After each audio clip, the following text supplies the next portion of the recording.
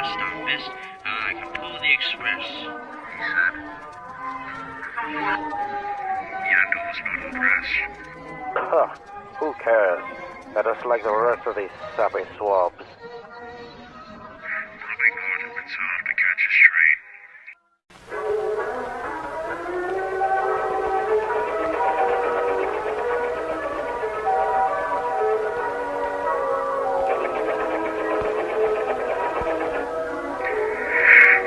Rob stopped at every station 10 minutes early, as all the passengers thanked and praised him. Oh, Rob, you are such a...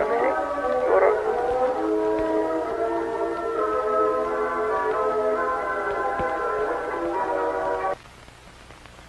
At his final stop, Gregory the Big One pulled him up beside him. He seemed tired. You know, Gregory, I think you should retire from pulling passenger trains. Let a faster engine like me do your work. Gregory snorted. What malarkey? I can pull trains faster than you ever was. The two engines argued for some time about who was the fastest.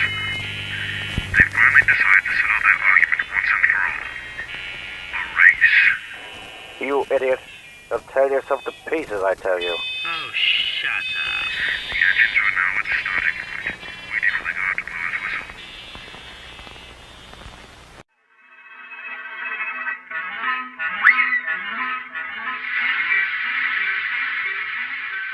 The two engines raced across the line, moving hard, full speed ahead. They moved and shoved rapidly around the railway. Little did they know, trouble was amidst. A careless signalman had accidentally switched points to where Rob was racing on. It was all too late when they realized.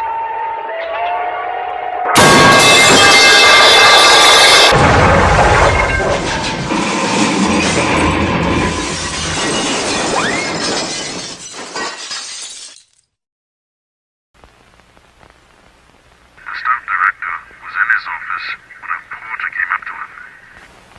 Excuse me, sir. There's been an accident at Muxworth Station. Oh, that's not good. I can get into a lot of legal trouble for that. Send in help at once.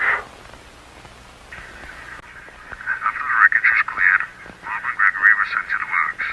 The engines had cuts and bruises all over. After they were repaired, things were back to normal. Rob wasn't as fast as he once was anymore. Nowadays, he's much more careful. Gregory is too. Take care, Rob, old buddy. Don't try any racing.